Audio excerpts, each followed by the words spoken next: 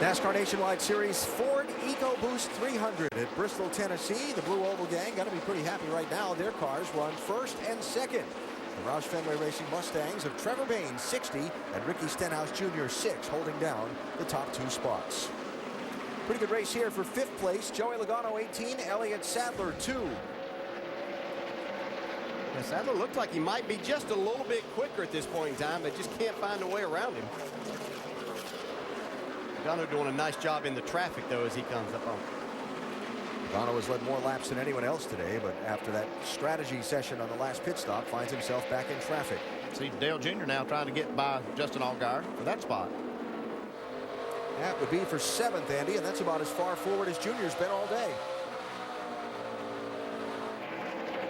Got it going a little better in that 5 pit, Dave? The word little is very appropriate right there, Alan.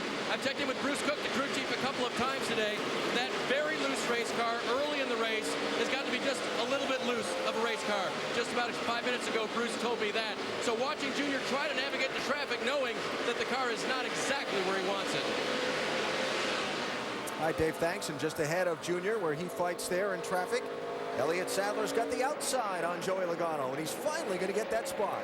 Oh, he's really got that outside lane working good for him. It's like Joey just finally gave up and said, okay, take it. Elliott's doing something that I haven't seen other drivers, really, especially into turn 1, making a big arc there, staying up, not really diamonding the racetrack, but making that arc and getting a huge run off of the corners. The lead's tightened up a little bit here. The Ford boys are starting to duke it out. And they don't have to look far in their mirror to see the 22 Brad Keselowski, who's always fast and then seems to be a part of the finish here a lot of times. I believe Keselowski's the first car that took 4 tires on that last round of pit stops. You are correct. Trevor Bayne had never led here at Bristol before today. He's had the lead for the last little while. I'm not sure how much longer he's going to have it. Stenhouse looks good. He does, but he's going to have a hard time making that pass on the bottom. We heard Kevin Harvick talk about that with the cars being free and with this tire, it just makes it difficult to make that pass from the bottom side.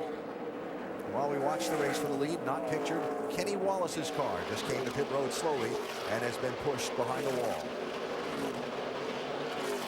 It's unfortunate for Kenny today. They had sponsorship from Mac Tools, hoping to have a good solid run. Has he got him this time? Not quite.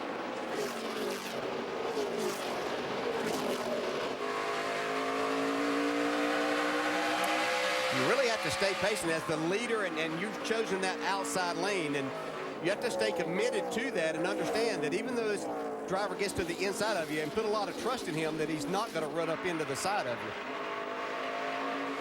you. Well, we've seen a lot of that Ricky versus Trevor promotional stuff over the last year and change. Now it's Ricky versus Trevor for the race lead at Bristol.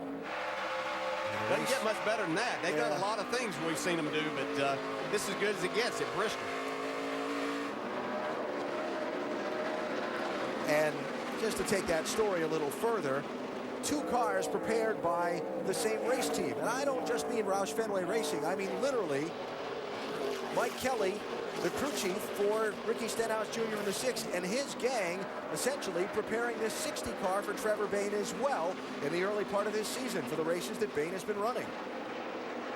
See Ricky Stenhouse really sliding this 6 car around. We see that every week, and it doesn't matter the speed. You can get up to 200 miles an hour like they were at Vegas or here at Bristol where it's about 120. He's getting the most out of it. I'm impressed with Trevor, though. He's working his traffic just masterfully. I mean, he was working that high lane, and he saw something coming up on that 40 car he didn't like, so he went to the bottom. Trevor on Friday here telling me that with his future in the Nationwide Series uncertain for this season, every race, every lap counted. He's making the most of it today at Bristol.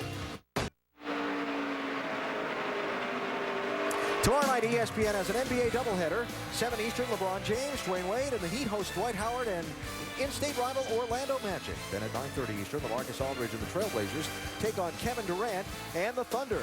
It's the NBA on ESPN, ESPN3, and streaming live on WatchESPN.com and the Watch ESPN app Sunday night.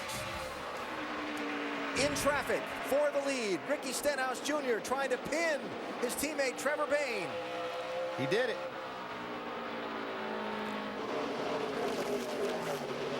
Dig hard off the corner. Dig hard. Come on. And Got him. 7 still inside. And clear. Good job. You are the leader.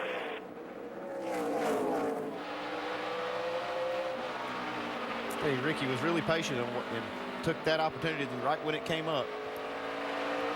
Yeah, that kind of patience is what won him a championship last year. We saw this a lot, just maturity as a driver, and that's why he's so good. We saw it last week. He didn't have the best car at parts. He waited to the end and got himself in a position, just like he's done here once again.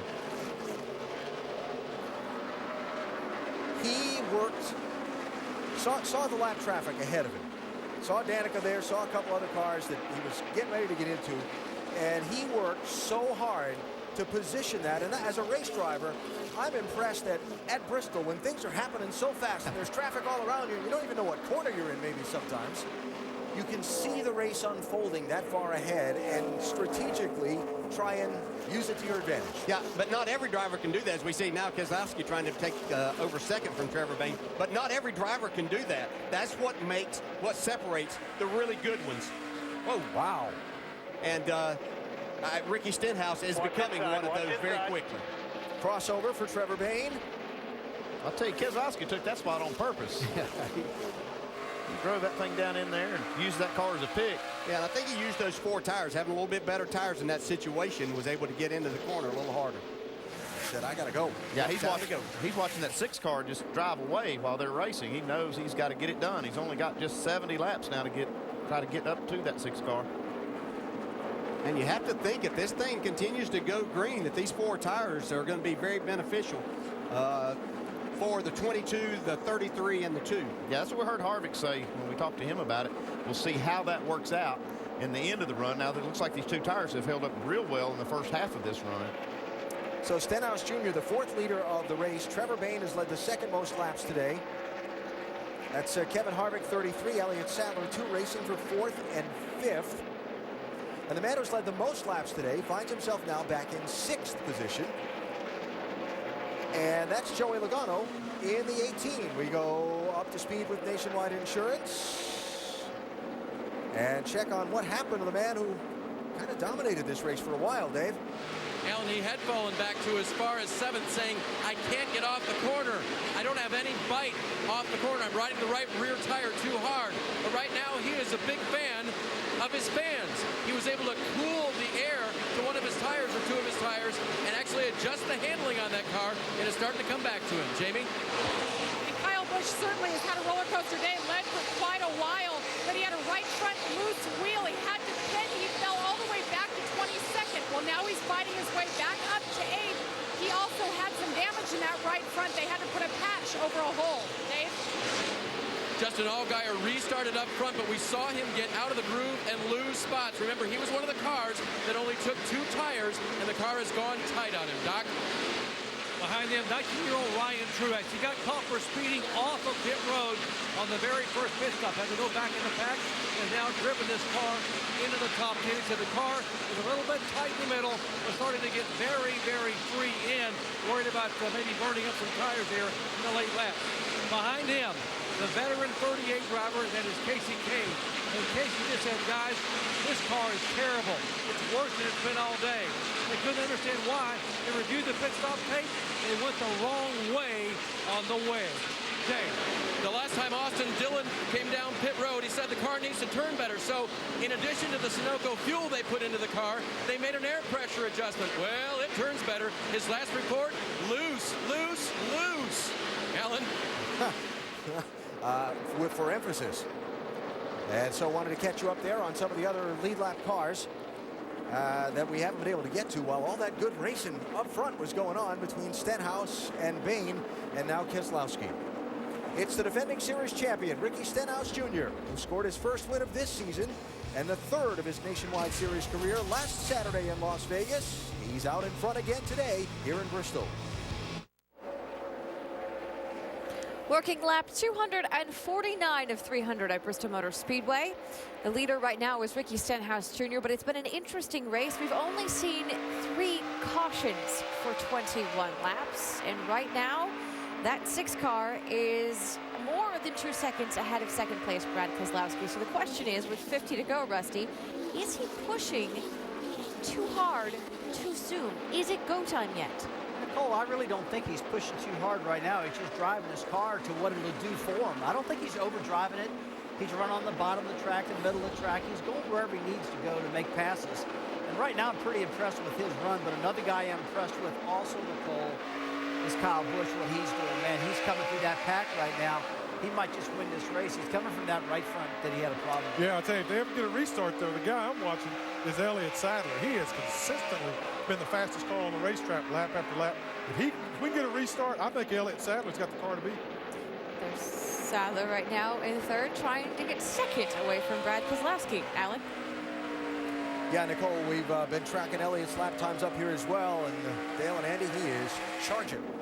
Yeah, I think he's the best car with 4 tires. Ricky Stenhouse, I'm amazed at how fast his car is with just those 2 tires still after they put a lot of laps here, but Elliott Sadler has been extremely fast. Yeah, it looks like Keselowski's right rear starting to give up a little bit. I've seen that car really wiggle in the back end a couple times, and now Elliott Sadler is really pushing him for this second spot.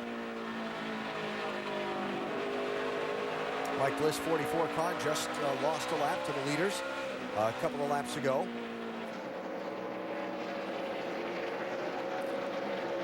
And now Sadler's progress as far as the gap to Stenhouse is going to be slowed a little bit as he has to try and find a way around Keselowski for that second position. Yeah, that's going to be the main thing. He's got that and traffic all at the same time.